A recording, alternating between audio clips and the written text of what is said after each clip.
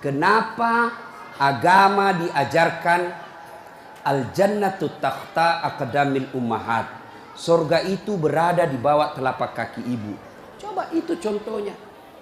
Digendong bersusah payah, dari tadi itu hadir, kepanasan, tidak pulang. Untuk apa? Karena mau dengar dakwah. Dan mau dengar dakwah sayang juga sama anak. Makanya adik-adik sekalian, ketika Anda durhaka sama ibumu, maka jangankan kau masuk surga, baunya surga diharamkan bagimu.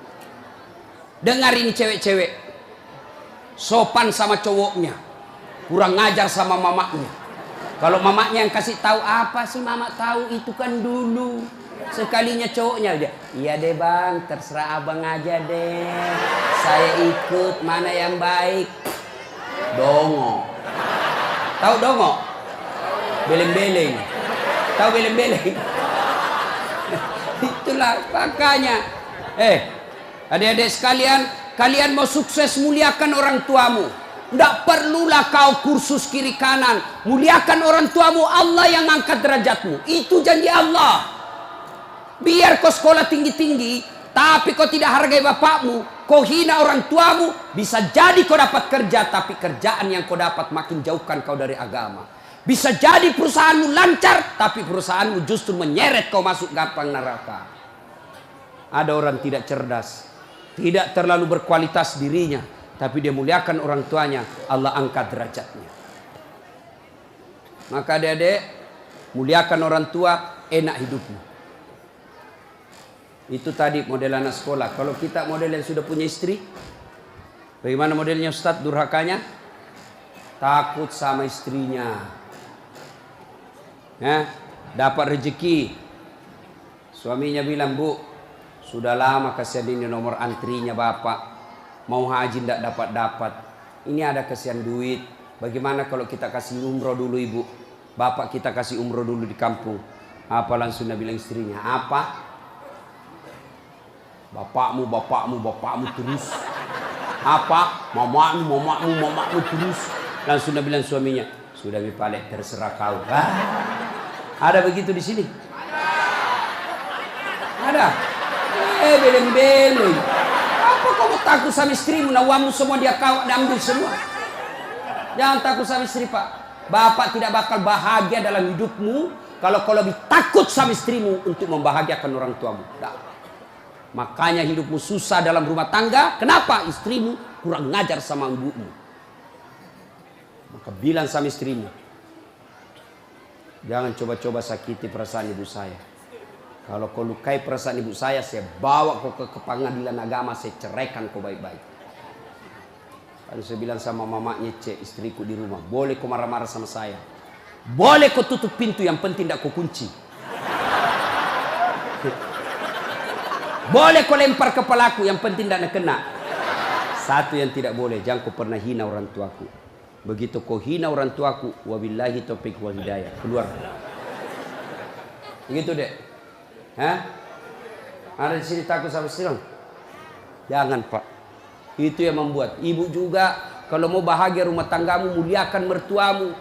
Datang mertuamu dari kampung, dari Sulawesi Selatan, hormati. Jangan baru duduk mertua dia bilang, kapan kita pulang mak? Bawa dia, kasihan itu orang tua kalau dari kampung naik dari Parepare, turun di pelabuhan barang, bawa ayam 3 ekor, lepas di terminal 1, nah kejar lagi tuh, bawa pisang, bawa beras, bawa semua dia bawa, kasihan. Padahal anaknya sudah ada kerjanya di papan, dia bawakan itu. Begitu cintanya orang tua kepada anak. Jadi wajar kalau ibu bapak kurang ajar, tidak akan mendapat berkah dalam hidup. Muliakan orang tua ya. Kalau ada yang tanya-tanya, kenapa hidupku susah selama ini? Tidak usah tanya jalan lain. Durhaka sama orang tua. Orang tuaku sudah meninggal Ustaz. Cara berbuat baiknya. 1, doakan.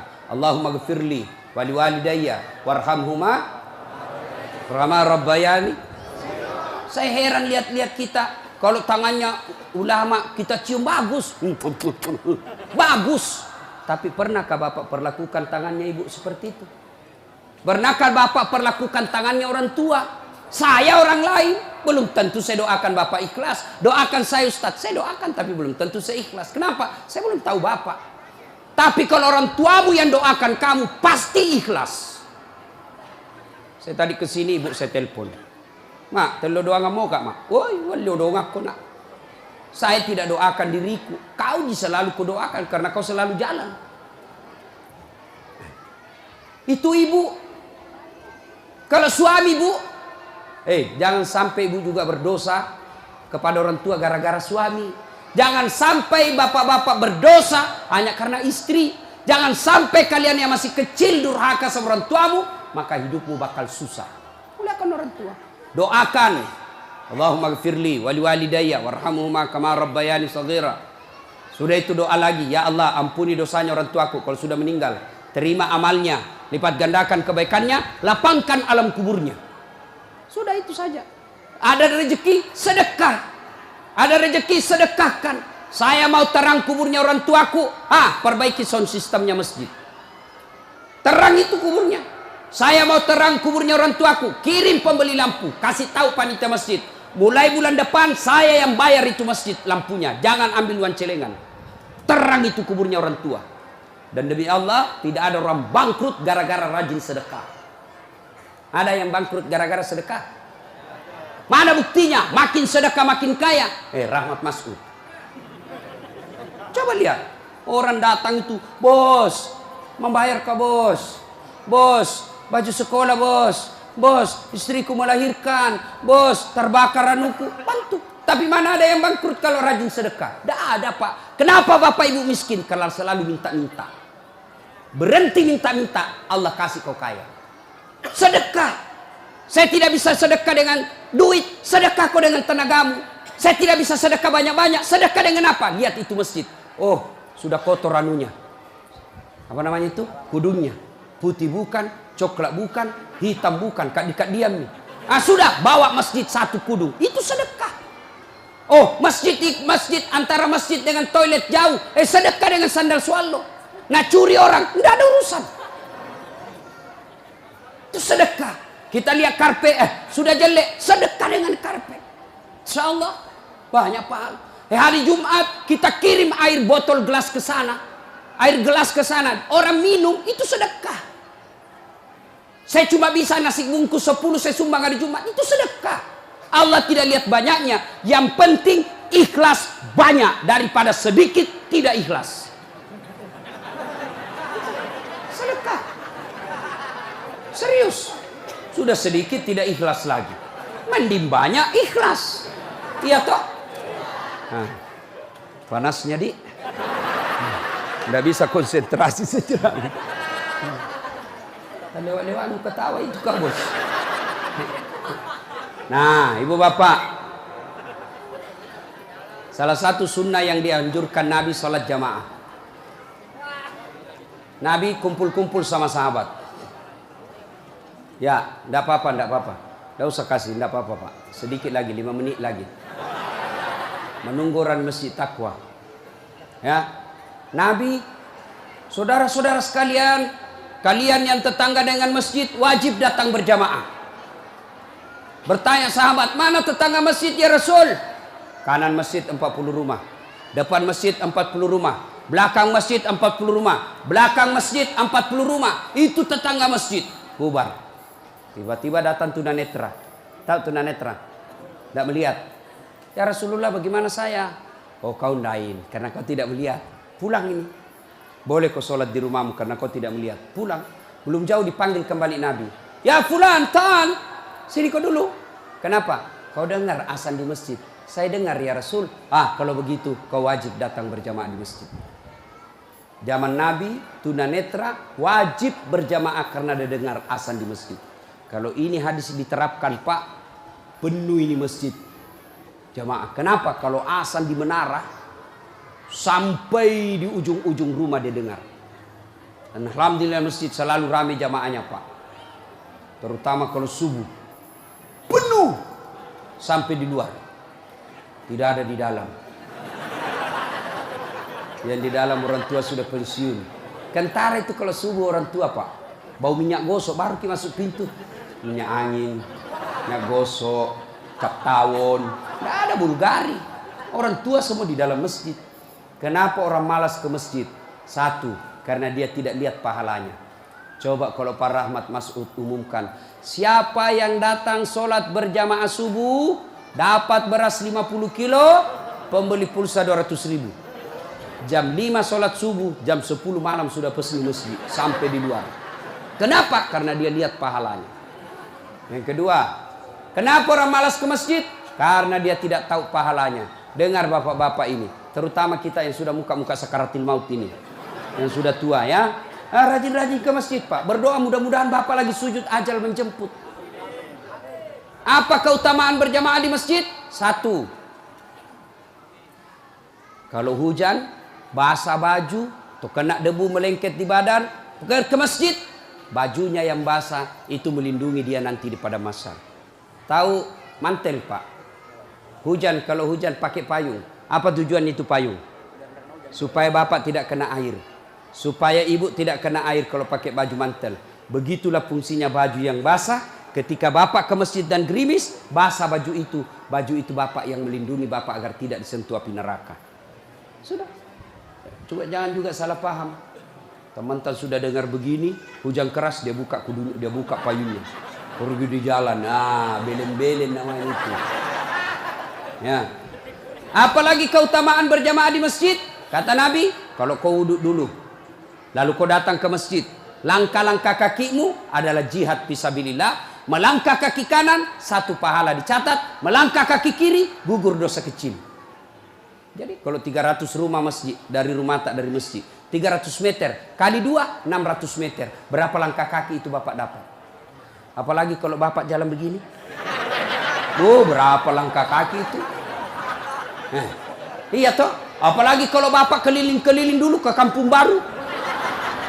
Sampai di sini selesai orang sholat dong. Apalagi keutamaan berjamaah di masjid. Seluruh materi yang kita lewati, pagar, tembok, dinding, aspal, tumbuhan, semua jadi saksi.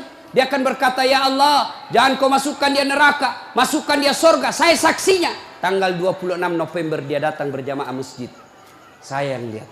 Itulah sebabnya kalau kita sholat jamaah, kalau kita datang ke masjid, setiap kita sholat sunnah di masjid, 2 rakaat pindah lagi.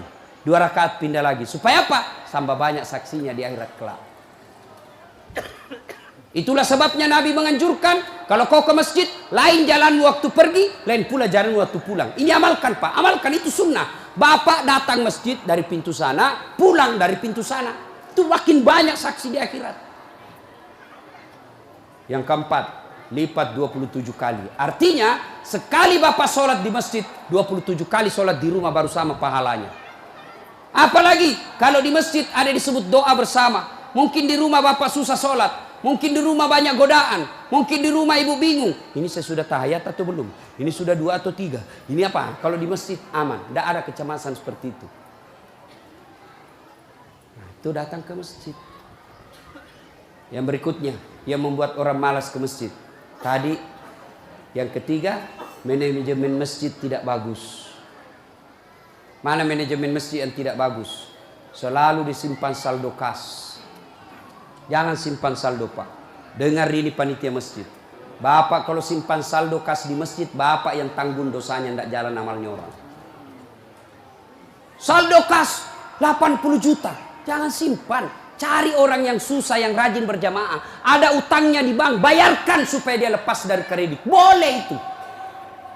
Baru dia suruh cicil ke masjid. Kalau dia di bank berbunga, makin susah hidupnya. Boleh. Saldo kas 80 juta. Kita mau kencing tidak ada air. Kerannya rusak-rusak. Simpan, jangan. Berhenti jadi panitia kalau bapak tidak bisa urus masjid.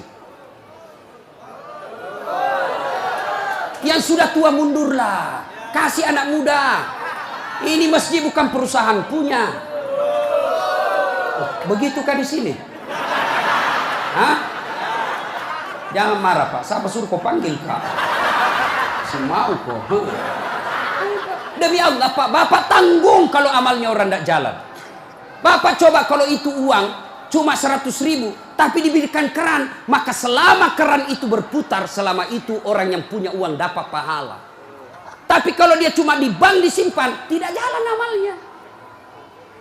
Belikan dispenser, belikan kopi, Tidak apa-apa, boleh. Jangan ditulis di masjid, dilarang tidur. Siapa yang larang tidur di masjid? Tidak ada dalilnya. Ayo, Bapak pernah ke tanah suci di Madinah? Pernah ke Mekah? Ada tidak ditulis dilarang tidur? Tidak, Pak. Barangkali ada orang tidak bisa tidur di rumahnya, dia datang ke masjid supaya bisa tidur. Itu memang boleh. Yang tidak boleh, ngiler. Maka kalau kau mau tidur di masjid, bawa kau bantal. Kalau tidak bisa, kau gelisah kau di rumahmu. Bertengkar kau sama istrimu. Istrimu ngomel terus. Maka dia bilang, jangan kau pulang. Merdeka. Bodoh itu istri sekarang kalau nak bilang sama suami, jangan kau pulang. Oh, gembirai. Langsung nak bilang pacarnya, sini kau sayang, di rumahku kau tidur, kulayani kau dengan baik. Sudah. Jangan ditulis, jangan bawa anak-anak berisik. Bersyukur kalau masih ada anak-anak berisik di masjid. Kalau tidak ada anak-anak berisik di masjid, maka tidak ada lagi nanti yang mau datang di masjid. Kalian juga orang tua, kalau anakmu mau ke masjid, belikan songkok dan baju baru. Anaknya mau pergi, Pak, mau pergi masjid, belikan nggak songkok? Apa dia bilang? Itu nak, songkok na nenek nu kau pakai. Anaknya nomor 7, songkok na nenek na nomor 10. Tak buas si songkok nama buas sih. Berteriak ni temannya, Pak Doja, Pak Doja, Pak Doja. Nggak mau ya nak pergi masjid. Hei. Ini masjid ini, sound systemnya tidak bagus. Kasih bagus. Ini saya kasih tahu Ki, tanya itu ahli tentang AC. Itu kalau ada AC besar begini, 2, dingin mini masjid. Tambah lagi itu. Tapi apa yang kasih panas? Karena Bapak pakai kipas.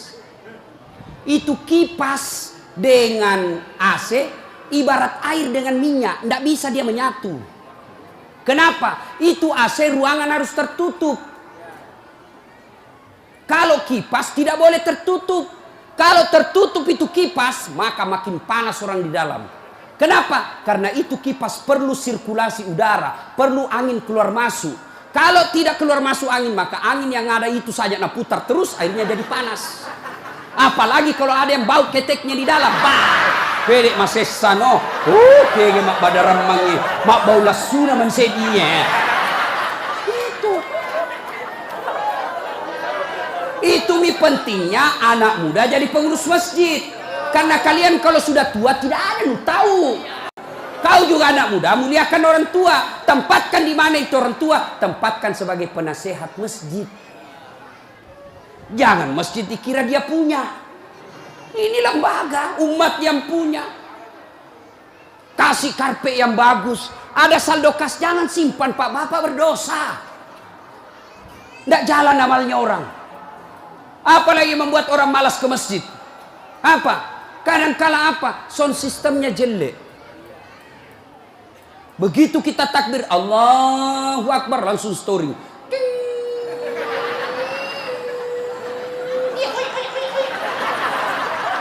Mau ki perbaiki, sudah maki takbir, terpaksa si tangan ki.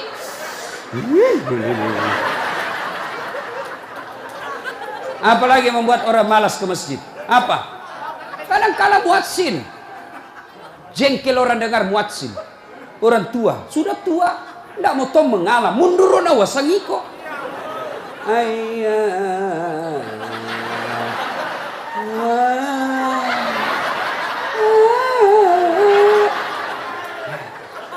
Namun dari iya siro tomato, iya siro. Coba. Iya. Apalah yang membuat orang malas ke masjid? Kadang-kala penceramah.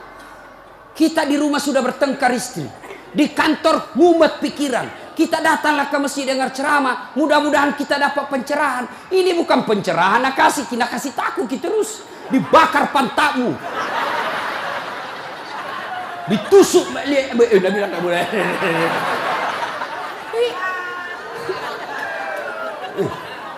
Iya, apalagi yang kasih malas orang ke masjid. Kadang-kala apa? Imam. Ada juga imam suka sekali baca panjang. Tidak tahu juga apa nak baca. Nagaret memi. Dalin. Amin, Al-Fatihah paling nak baca.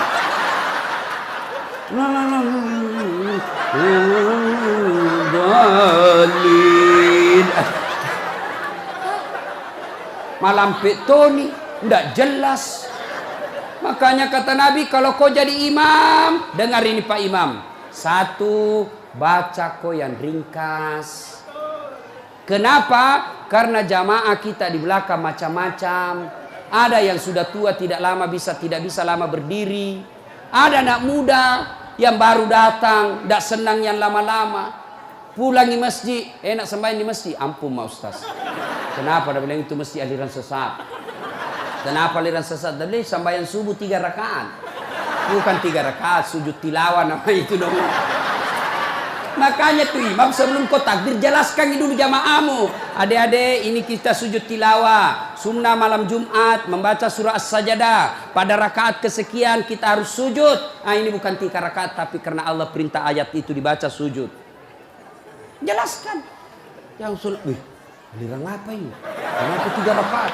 Enggak, kau yang dongo.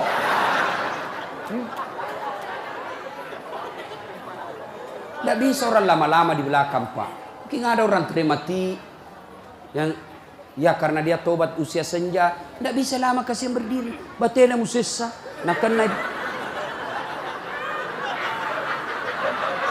lagi kepalanya, belum bisa selesai. Nah ulah, malampi jatuh lagi, naik udah lagi. Ada barangkali di dalam jamaah Satpol PP yang pakai sepatu baru. Lama kau baca, nah lupa simpan baik-baik sepatunya. Pasti dia, hilang di sepatu. Bapak imam sesat. Maka pasti dia tidak khusyuk. Ada barangkali juga ibu-ibu yang sekali kentut sudah makan pete.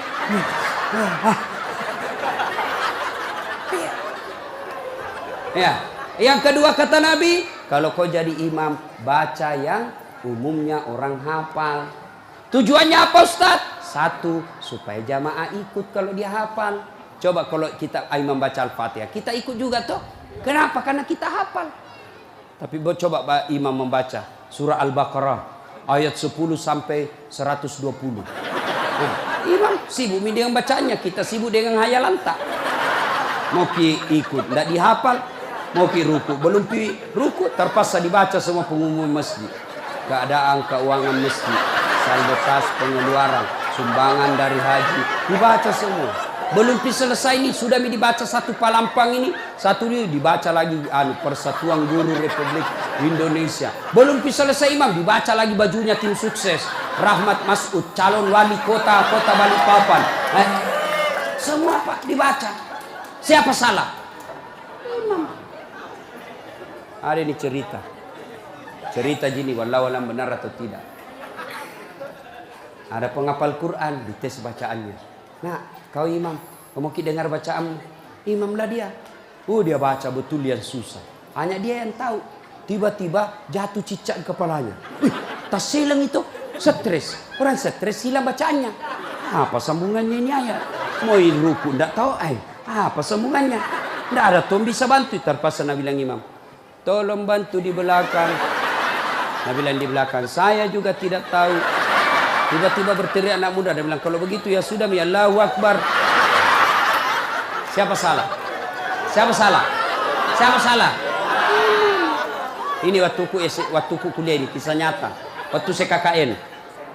Belum Pak jadi ustaz waktu itu. Ada temanku, baru kenal ceritanya ini. Pikir sholat di posko. Dia pakai gamis. Baju ustaz sih. Aku bilang, alumni pesantren ini. Saya imam, dialah imam. Al-Fatihah lancar. Begitu dia baca Al-Kafirun, aku bilang aja macam apa? Macam apa ini? Wala antum abiduna ma a'bud, wala ana abidum ma abattum, wala antum abiduna ma a'bud, wala ana abidum ma, wala antum abid, wala ana. Jengkel temanku yang anak fakultas sastra. Langsung teriak, Nabi bilang, "Oi, kenapa itu tak putar-putar tidak mau sampai?" Nabi bilang, ini imam, ilmi juga kupikir. Kacau sholat. Siapa salah? Siapa salah? Imam. Ini waktuku SD di kampung, sembahyang asar. Sujud Pak Imam lama sekali. Apa ini imam lama sekali sujud. Tiba-tiba ada temanku nangkat kepalanya sembahyang asar tuh. Dan setelah, wih, enggak ada imam. Ternyata imam keluar dari pintu samping. Kacau mi sholat, bubar, enggak ada imam. Selesai sholat ditanya, Pak Imam, kenapa kau tinggalkan saf? Dia bilang, kentut kanan. Pak Imam, lain kali kalau Bapak Imam kentut, kasih bangun ki dulu supaya dilihat kau pergi. Dia bilang, ku sengaja nak, karena malu kak kau lihat. Kacau sholat, siapa salah? Siapa salah? Imam. Makanya agama mengajarkan dalam fikih sholat jamaah, hati-hati milih imam. Makmum siapa saja boleh jadi makmum. Mulai orang gila sampai orang sadar boleh jadi makmum. Mulai orang dewasa sampai belum balik boleh jadi makmum. Mulai orang cerdas sampai orang blow on boleh jadi makmum. Imam tidak boleh, hati-hati. Kenapa? Salah imam, kacau sapu. Maka hati-hati. Kalau salah imam, bubar jamaah. 2020 yang akan datang, Balikpapan akan milih imam. Wali kota. Kalau kau salah milih wali kota, sengsara hidupmu. Mengerti maksudku? Mengerti itu? Siapa yang panggil kak? Hah? Ada juga calon wali kota, datangkan artis. Tahu pernah mama ustad. Kalau artis nak datangkan kibu, terancam kibu. Datang itu artis, kelihatan dadanya, kelihatan pahanya, nak goyang di depannya suami tak. Enggak juga nak kasih lihat kipahanya pak, nak kasih lihat ki saja. Dia tu nak pakai teni-teni ki pak. Enggak nak kasih pegang, dikasih lihat saja. Cancing cuy. Ada itu pak Haji menontonnya. Coba kalau ustaz nih, kita dah tahu ini sholat jamaah. Itu enaknya kalau calon pemimpin kita yang juga calon pemimpin dekat dengan ulama. Jangan pemusuhi ulama. Yang penting jangan jadi manusia jarum apa itu? Jisamsu. Tahu jisamsu? Janji manis nyatanya palsu. Insya Allah para rahmat tidak begitu. Perlu ini perlu. Dia tanya, Ustadz bagaimana kalau perempuan? Boleh ibu perempuan ke masjid. Tapi tidak dianjurkan. Tapi kalau mau ke masjid, jangan dilarang kata Nabi. Kenapa perempuan dulu tidak dianjurkan ke masjid? Karena dulu tidak aman. Kalau pergi sendiri diculik dan diperkosa dulu. Sekarang di Manggar aman. Siapa mau culik apalagi kalau ibu sudah 60 tahun. Siapa mau culik ibu?